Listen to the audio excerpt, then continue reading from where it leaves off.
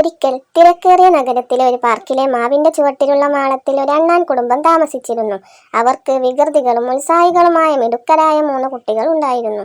മിട്ടു, മിന്നു, ലോല എന്നിങ്ങനെയായിരുന്നു അവരുടെ പേരുകൾ. മിട്ടു തീരുമാനങ്ങൾ എടുക്കുന്നതിൽ വളരെ വിദഗ്ധനായിരുന്നു. മിന്നു പുതിയ കാര്യങ്ങൾ ചെയ്യാൻ ഉത്സാഹിയായിരുന്നു. ലോലയാകട്ടെ ധൈര്യശാലിയായിരുന്നു. പക്ഷേ വളരെ ചെറിയ കുട്ടികളായിരുന്നതിനാൽ അള്ളിപ്പിടിച്ച് മരത്തിൽ കയറാൻ ഇവർക്ക് സാധിച്ചിരുന്നില്ല. ഇവർക്ക് രുചികരമായ മാമ്പഴം കഴിക്കാനും ശേഖരിക്കാനും വളരെ ഇഷ്ടമായിരുന്നു. എന്നാൽ ഈ വർഷം ഒരു പ്രശ്നമുണ്ടായിരുന്നു. എല്ലാ പഴുത്ത മാമ്പഴങ്ങളും അവർക്ക് കൈയെത്താത്ത ദൂരത്ത് മാവിന്റെ ഏറ്റവും ഉയരമുള്ള ശിഖരത്തിലായിരുന്നു. മാമ്പഴം പറിക്കുന്നതിനായി എല്ലാ ദിവസവും മിട്ടു വ്യത്യസ്തങ്ങളായ പദ്ധതികൾ ആവിഷ്കരിക്കും. ലോല വേഗത്തിൽ മരം കയറാൻ പരിശീലിക്കും. മിന്നു ശാഖകൾ പരിശോധിക്കും. പക്ഷേ തോൽവി മാത്രമായിരുന്നു ഫലം. അവരുടെ എല്ലാ പദ്ധതികളും പരാജയപ്പെട്ടു. മുതിർന്ന മറ്റു അണ്ണാന്മാർ അവരെ എല്ലായ്പ്പോഴും പരിഹസിച്ചു. അവർ പറഞ്ഞു, ആ മാമ്പഴങ്ങൾ മുതിർന്നവർക്ക് മാത്രമുള്ളതാണ്. എന്നാൽ അവരുടെ പരിശീലനത്തിൽ നിന്നും അവർ പിന്മാറിയില്ല. എന്നാൽ ഈ മാവ് ഒരു അത്ഭുത ശക്തിയുള്ള ഒരു മരമായിരുന്നു. ഒരു ചൂടുള്ള സായാഹ്നത്തിൽ മൂവരും മാവിലേക്ക് കണ്ണു നട്ടിരിക്കുമ്പോൾ മാവിന്റെ തടിയിലെ ഒരു വിള്ളലിൽ മിന്നുന്ന ചെറിയൊരു വസ്തു ലോല ശ്രദ്ധിച്ചു. ഇതൊരു ബട്ടൺ പോലെ തോന്നുന്നുണ്ടോ? അവൾ ഇരുവരോടുമായി ചോദിച്ചു. മിട്ടുവും മിന്നുവും അവൾക്കരികിലേക്ക് കുതിച്ചു. അവൾ ചൂണ്ടിക്കാണിച്ച സ്ഥലത്തേക്ക് നോക്കിയപ്പോൾ ചുവന്ന നിറത്തിലുള്ള ചെറിയൊരു ബട്ടൺ കാണാൻ സാധിച്ചു. അതൊരു മാന്ത്രിക ബട്ടണായിരുന്നു. അവർ ഒരുമിച്ച് ബട്ടണിൽ അമർത്തി. പെട്ടെന്ന് ഭീമാകാരമായ ശബ്ദമുണ്ടാകുകയും ഒരു ചുഴലിക്കാറ്റ് അന്തരീക്ഷത്തിൽ പ്രത്യക്ഷപ്പെടുകയും ചെയ്തു.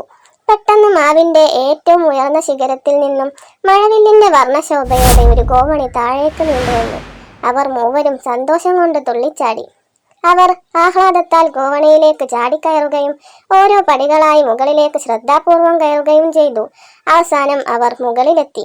അവിടെ മഞ്ഞയും ചുവപ്പുമായി 100 കണക്കിന് പഴുത്ത രുചികരമായ മാമ്പഴങ്ങൾ അവർക്കായി കാത്തിരിക്കുന്നുണ്ടായിരുന്നു.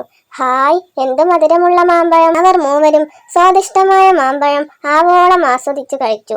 എന്നാൽ മിടുക്കരായ അണ്ണാൻ കുഞ്ഞുങ്ങൾ തങ്ങൾക്കു വേണ്ടി മാത്രം പറിക്കുന്നതിന് പകരം തങ്ങളുടെ കൂട്ടുകാർക്ക് വേണ്ടി ആവുന്നത്ര ശേഖരിച്ചു. ശേഷം ശ്രദ്ധയോടെ പതിയെ താഴേക്കിറങ്ങി.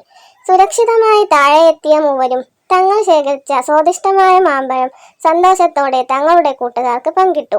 കൊടും വേനലിൽ കഴിയാൻ എല്ലാവർക്കും ഈ മാമ്പഴം മതിയായിരുന്നു. മറ്റു അണ്ണാന്മാർ അത്ഭുതപ്പെടുകയും കളിയാക്കലുകൾ നിർത്തുകയും ചെയ്തു. പകരം സന്തോഷവും നന്ദിയും അറിയിച്ചു.